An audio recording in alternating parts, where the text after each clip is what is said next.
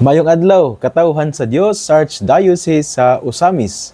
Sa ngalan sa atong talahuron nga Arsobispo, si Archbishop Martin Sarmiento Khumuwadidi, ug sa kahugpungan sa tibuok kaparian dinhi sa lokal nga simbahan sa Osamis, kini nausab si Reverend Father Eman Pudyutan ang maghatod kaninyo sa atong mga pagpamalandong bahin sa atong ebanghelyo karong adlaw.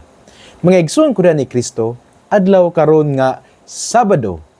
Ug ana na kita sa ikaduhang semana sa ordinaryong panahon diha sa liturhikanhong kalendaryo sa atong simbahan.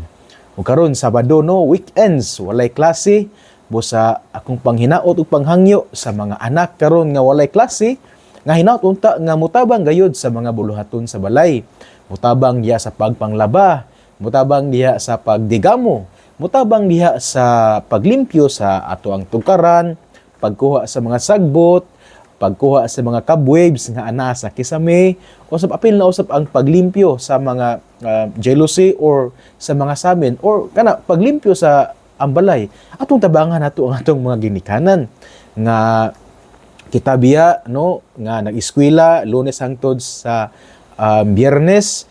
Ang ato abay mga ginikanan mao naning kamot, siguro pipila ka nato ning tabang, pero ang ato biging mga ginikanan mo naning kamo tungod kay naman tay mga klase mag-eskwela man ta. Pero karong adlaw nga Sabado nga walay klase, panahon na po nato nga it's our turn no to help our parents.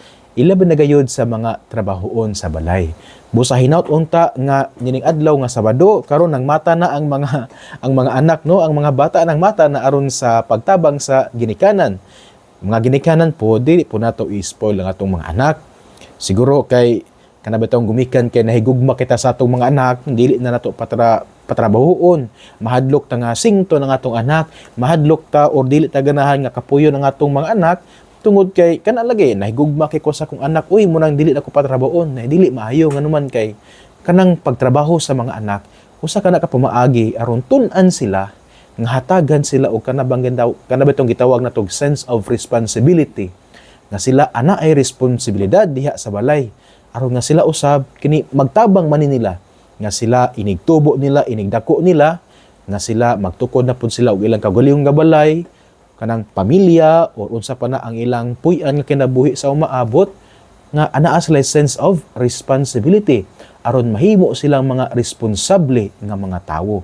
Dili maayo nga i-spoil nato ang atong mga anak, dili gid sa maayo kay wala gid say padulngan. Ang bata kading ay spoiled, mahimong tapulan ug sanglit mahimong tapulan, dili gid kayo siya kanabitawong kahibalo or maantigo mo sa gubang sa mga hagit sa kinabuhi. Nya mahimo siyang dependent kayo sa iyang mga ginikanan, unya kana dili siya wala siya karabitawong sense of kanang makabuhat siya. Ili man nagayod kining sense of sacrifice. Kay kung ang bata gani sa samtang gamay pa siya unya dili siya tudluan sa pagbuhat sa mga trabahoon sa balay, wala gid siya sense of sacrifice. Dili siya maantigo mo sakripisyo. Unya ang pagsakripisyo biya kay bahin bina siya sa kinabuhi. Kay sa atong kinabuhi, sa atong paglambo, kinahanglan magintang mo sakripisyo. Kung naatay gustong kabuton sa or naatay gusto kani pangandoy nga gustong kabuton sa kinabuhi, kinahanglan man gyud nga kita mo sakripisyo. Kung gusto ta mahimong successful sa kinabuhi, importante kaayo ang sakripisyo. Nganuman, because the price of success is sacrifice. Dili ta pwede nga makasaka sa kanabitaong success in life, dili ta pwede nga mahimong successful in life kung dili ta mo sakripisyo. Because the price of success is sacrifice. Busa mga anak pangmata na atong tabangan nato ang atong mga ginikanan, ilam na gyud sa mga trabahoon diya sa balay. Mga igsoon ko ni Kristo ning adlaw nga Sabado, January 25, 2025. Ako day nga pagtimbaya sa tanan nga nagasaulog karon sa ilang adlaw na tawhan. Ilab na gayud sa usa sa akong mga igsoon nga pari nga si Reverend Father Joventino Lustre, nga siya mao ang kasamtangan nga kura paroko diha sa Holy Cross Parish diha sa Barangay Gango dinhi sa Dakbayan sa Osamis. Busa kang Reverend Father Joven Lustre, Pads, happy birthday kanimo.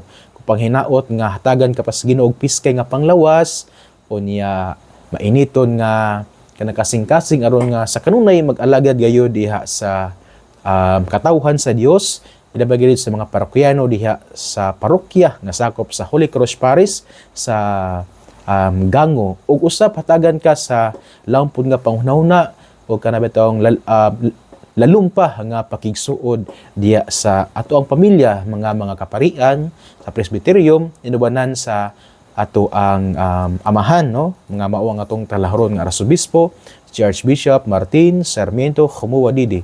Busa kang Reverend Father Joven Lustre, Pads, happy birthday kanimo. Ako usab nga belated birthday greetings ngadto kanila kang Ate Emilda Ruiz. Birthday niya kagahapon adlaw nga Biyernes niya. Nalimot ko greet. Wala po ko kahibalo. Wala po ko nangutana po noon, no. Pero ako siyang i-greet karon kang Ate Emilda Ruiz, belated happy birthday kanimo. Kini si Ate Emilda, usa ni siya sa ato ang mga lectors diha sa shrine sa Birhen sa Kuta. Aktibo kay ni siya. Kada adlaw ni siya mosimba, unya kung iya pong karabitawng nga siya mubasa, ay po ni siya mubasa with feelings, unya kanang i-convey gid niya unsa spirit sa iyang gibasa. Busa kang Ate Emilda Ruiz, te, belated happy birthday kanimo. Ang iyang bana di ay si Kuya Lando. Unya kanipod si Kuya Lando, lay minister po ni siya. Extraordinary Ministers of the Holy Communion nga diha po sa tong shrine sa Kuta. Kada adlaw gini siya mo serve buntag kay sa Kuta namatay misa sa buntag, no, 5:45 sa buntag. Kunya sa hapon po sa Kuta naputay misa alas 5:15 sa hapon ang atong misa diha sa Kuta. Na kani si Kuya Lando mo serve ni siya buntag ug hapon. Uban nila Kuya Tiro, uban nila Kuya Ronron, ug uban pa sa mga aktibo nato nga ministers diha sa shrine sa Kuta.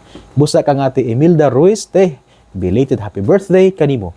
Ako usab nga belated nga birthday greetings kang Ate Jenny Majorenos. Birthday niya kaghapon ika-40 nga iyang birthday kaghapon. Busa kang Ate Jenny Majorenos, belated happy birthday kanimo.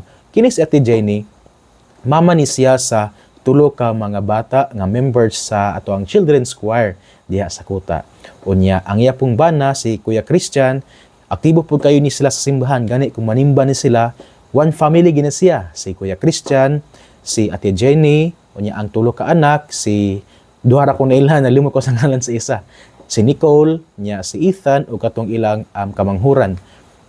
Ilang nastong atunga kay si Nicole man ang kamagulangan, nya si Ethan ang kamanghuran niya na laki katong laki nga tunga-tunga, nalimot ko sa ngalan. Aktibo po gani siya. Unya kana siya sige ni sila simba, inubanan po silang pamilya.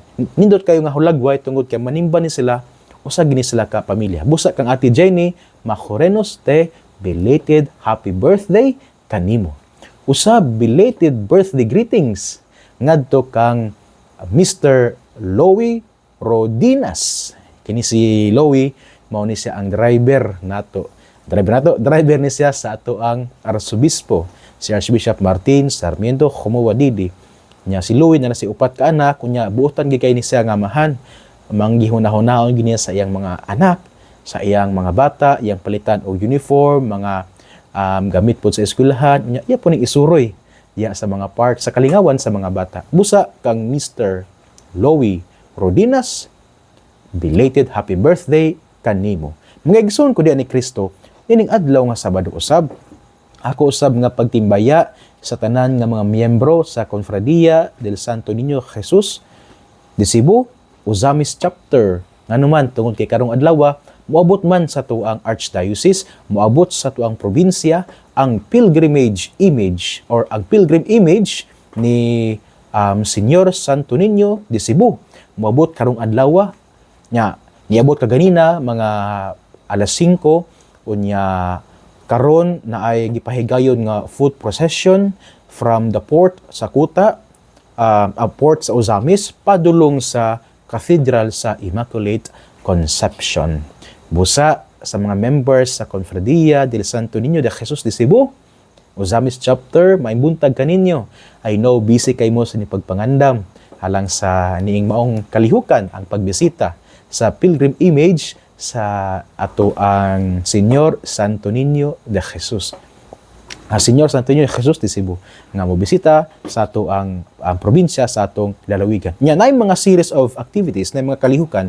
Please follow lang sa ato ang DXDD sa FB o paminaw usab kamo permitting tune in sa ato ang radio sa AM 657 o sa FM 100.7 diha po usab sa mga Facebook page sa Shrine sa Kota o sa Facebook page sa Ozamis Cathedral. Please follow aron nga magiyahanta sa mga activities nga pagabuhaton atul sa pagbisita sa pilgrim image ni Senyor Santo Niño dinhi sa atoang archdiocese, dinhi sa atoang probinsya. Nga igsoon ko ni Kristo nining adlaw usab nga Sabado. Ato karong gisaulog ang piyesta, dakong piyesta ni San Pablo. Si San Pablo usa siya ka gitawag nga apostol, gani gi-claim man niya sa iyang kagalingon nga siya usa ka apostol ni Jesus, pero siya usa siya ka apostol ngadto sa mga Gentil or the apostle to the Gentiles. Why? Because ang ministry ni Pablo adto gid sa mga Gentil, adto gid sa mga dili Hudiyo. Iya gyang gisangyaw ang maayong balita ngadto kanila. Nagpadala siya og daghan kayong mga sulat gani sa New Testament na atay 27 books sa New Testament.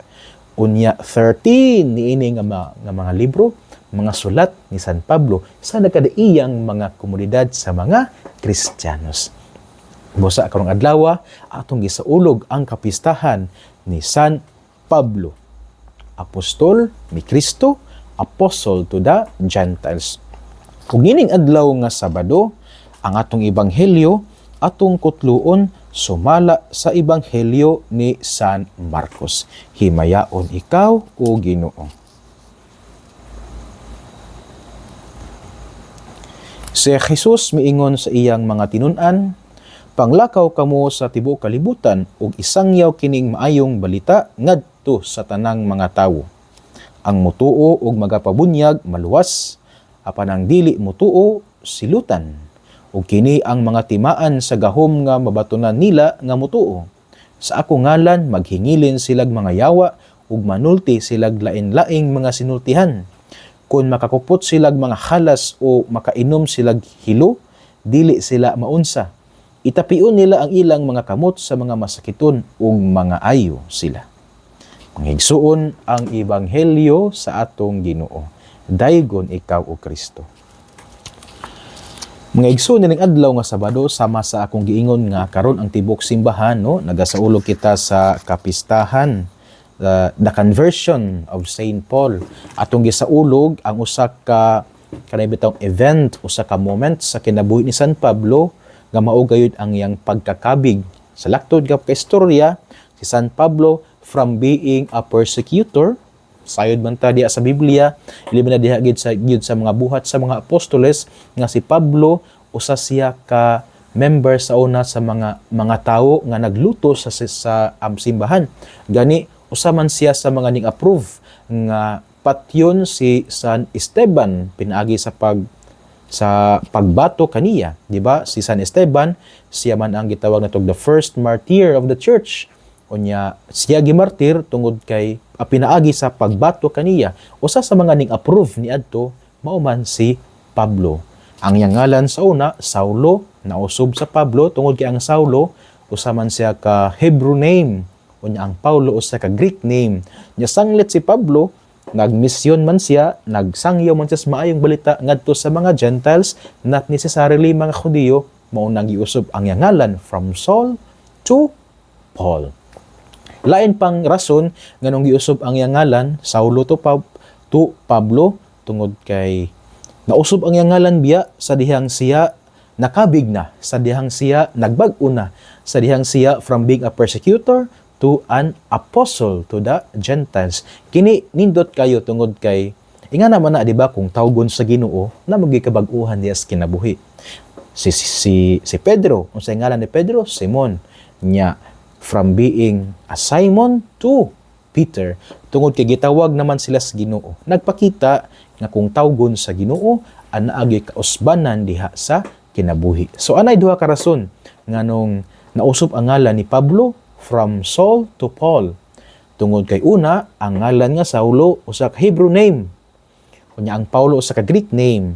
So gigamit ang Pablo tungod kay si Pablo nagsangyaw man siya sa mga Hintil, sa mga non-Jews, sa mga Gentiles. Mao na gitawag siya apostle to the Gentiles. Maunang iyang gigamit ang ngalan nga Pablo. Ikaduha, tungod kay gigamit ang ngalan nga Pablo after naman sa iyang conversion. Sa laktod nga kaistorya, kung tawgon gid sa Ginoo, kung anaagid ang kanibang paghinulsol, anaagid ang pagbiya sa daotan nga kinabuhi, naagi kabag-uhan diya sa kinabuhi. So mao na ang duha ka rason nganong si Pablo, nganong nausop ang ngalan ni Pablo from Saul to Paul. Unya kini si Pablo usa ni siya ka Hudiyo. Pero tungod kay natawo man siya sa syudad sa Tarsus, unya kining Tarsus niadtong panahona usa ka free city. Bot pagpasabot nga ang mga tawo nga matawo sa Tarsus matagan sila og Roman citizenship. So bot pasabot nga si Pablo usa ka Hudiyo, pero he was also a Roman citizen kay natawo man siya didto sa Tarsus. Unya usa siya ka Hudiyo nga faithful kaayo. Gani si Pablo sa atong unang pagbasa karon, si Pablo nag-eskwela man siya, na-train siya under sa supervision ni Gamaliel. Unya kini si Gamaliel niadtong panahona usa ni siya sa mga banggiitan kaayo nga mga rabbis. Tungod kay grabe gid kayo ang knowledge ni Gamaliel, grabe kayo ang yang interpretation diha sa Hebrew Scriptures, maayo kay siya mo explain. Unya si Gamaliel usa ka person with authority. Gani kung makadumdum ta sa diha bitawng silang Pedro, gilutos na si Pedro, diha ato pong mabasa sa libro sa Acts, di ba gipangdakop to silang Pedro ug sa iyang mga kauban tungod kay nang sagyaw man sila may tungod kang Kristo, gidakop sila. Nya karon kay nakagawas man sila, kagitabangan sila sa anghel. So pagkagawas nila, nagsangyo na pud sila sa maayong balita. Unya mo to nga gipatawag sila didto sa Sanhedrin o sa siya ka court members ang mga dagko kayo kadagkuan sa mga Hudiyo. Unya di ba usa adto nga miingon nga si katabetawng lutuson na unta sila pero giingnan sa usa ka rabbi nga miingon nga kung ang ilang buhat sa Ginoo dili ta makapugong. Pero kung ang ilang buhat sa tawo lamang, mamatay ra man na kay dili magdugay. Unya ang nag-ingon niini mao man si Gamaliel nga mao ang professor or ang teacher ni Pablo. So you see, si Pablo usa gini siya ka kanabitawng Hudiyo nga lawom kayo pagsabot tungod kay under man siya sa supervision or sa school ni Gamaliel nga usa ka person or usa ka rabbi with authority ni adtong panahon. Ug niining kapistahan mga igsuon, kaning kapistahan sa pagkagapig ni Pablo, unsa may atong makatuna niini? Well, una, natong makatuna niini mao gayud nga kung kita mosunod sa Ginoo, usa lang kadalan ang dapat natong agian. We will follow the Lord through the way of humility. Kung kita mosunod sa Ginoo, kinahanglan gyud nga mulakaw kita diha sa dalan sa pagka-mapaubsanon. Kay wala may nagsunod kang Kristo nga mapahitason. Unya wala po'y naglakaw sa dalan nga mao si Kristo nga mapahitason. So sa laktod nga kaistorya, sa atong pagsunod kang Kristo, kinahanglan gyud nga kita mulakaw sa dalan sa pagka-mapaubsanon. Tanawa ra gud, ang atong gisaulog karon ang pagkakabig ni Pablo. Kinsa si Pablo niadtong panahon na? Usa ka tawo nga banggiitan, usa ka apostol nga sikat kaayo. Daghan kasi mga komunidad nga iya ang gitukod, no, gipalig-on. Nya daghan po kay siya nasulat. Sama sa akong giingon kaganina, out of 27 books of the New Testament, 13 books were written. 13 letters were written by Paul. Pero in spite of these, kanabitawang great achievements of Paul, Paul remained humble. Wala gid nagpasigarbo si Pablo nga banggitan kay ko nga apostol ni Kristo, dagan kayo gisulat busa tuo mo kanako. Wala gyud tay mabasa nga gipasigarbo ni Pablo ang iya ang kaugalingon tungod kay when we follow the Lord, there is only one way. Now that is the way of humility. Gani unsa may meaning sa ngalan nga Pablo? Ang meaning sa ngalan nga Pablo kay small or humble. Usbon ko, ang meaning sa ngalan nga Pablo kay small or humble. Ngaysuon, kung kita musunod kang Kristo, there is only one way, and that is the way of humility. Dili pwede nga musunod ta kang Kristo nga kita mapahitason.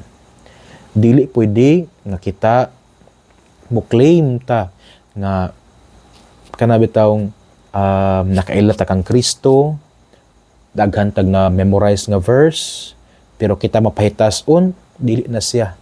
Incompatible na siya sa kinabuhi sa usa ka sumusunod ni Kristo. Again, to follow the Lord is to walk through the way of humility. Ikaduha mga igsoon nga pwede natong makatunan diya sa piyesta nga atong gisaulog karon, ang pagkakabig ni Pablo. Sometimes sa atong kinabuhi, kinahanglan di ay pudtang madagma. Sa atong kinabuhi, kinahanglan pudtang mahilukapa. Sa atong kinabuhi, kinahanglan pudtang madigyas, matumba. Aron atong ma-realize nga wala di ay tay mabuhat kung wala ang grasya sa Dios. Kaya sabi ko sa itong kinabuhi, mura bitaw, dako na kaya ang paglantaw nato sa itong kagalingon ba?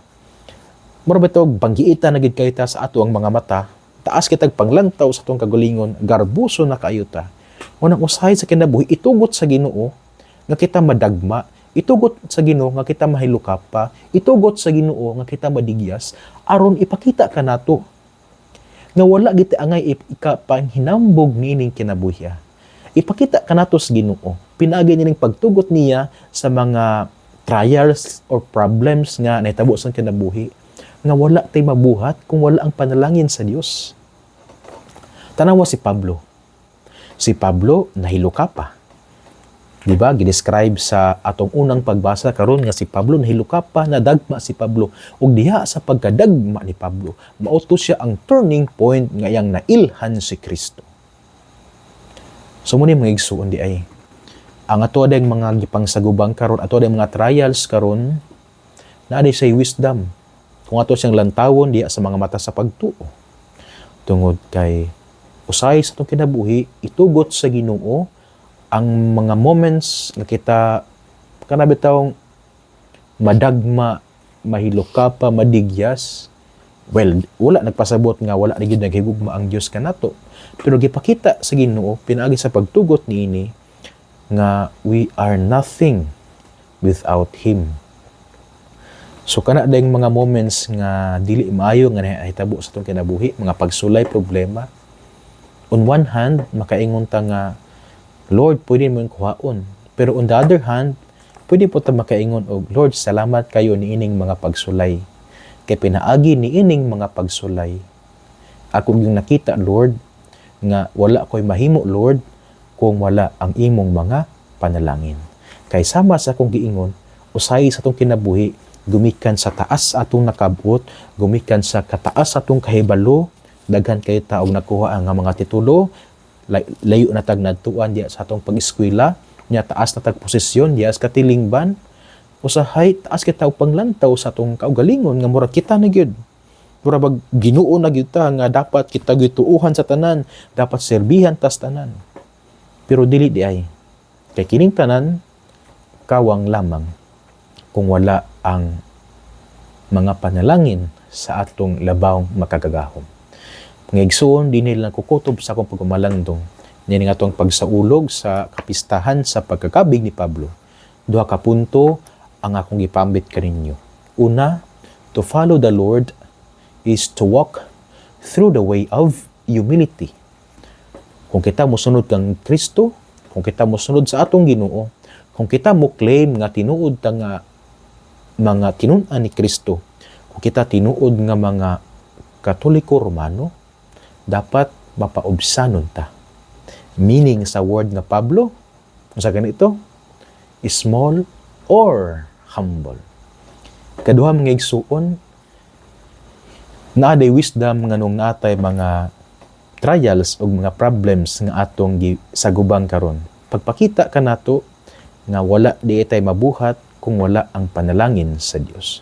Busa sa atong mga trials, ang angay natong buhaton, dangog butas Ginoo. Tungod kay wala man tay mabuhat kung wala ang iyang mga panalangin. On the other hand, makareklamo ta sa Dios nganong ako pa man. Pero on the other hand, pwede po tang makaingon, Lord, salamat kayo niini. Tungod kay pinaagi niya mga problema, imo akong na-realize, akong naamguhan di ay Lord, nga ang tanan di ay gikan kanimo o wala ako'y mabuhat kung wala ang imong mga grasya. Ngigsuhon, uban sa pangaliya, ngigsuon sa dili nato kalimtan no, nga ang pulong sa Ginoo ang ay ginatong paminawon, pamalandungan ug paningkamutan nga puy-an diha sa atong kinabuhi. Kay bulahan biya kay gid kaayo ang tawo nga maningkamot nga magpuyo sa mga pulong ni Jesus. Sama siya sa usa ka kahoy nga gitanom daplin sa sapa kansang dahon dili gayud malaya. Unya tiempo sa timbunga siya mohatag og maayong bunga. Uban sa pangaliya sa atong mahal nga inahan, nagisangpit natong mga misamisnon nga beren sa kuta. Ang Dios unta magapanalangin kaninyo kanunay sa ngalan sa Amahan ug sa Anak ug sa Espiritu Santo. Amen. Maayong adlaw, mag-amping ug ki Dios les siempre bendiga.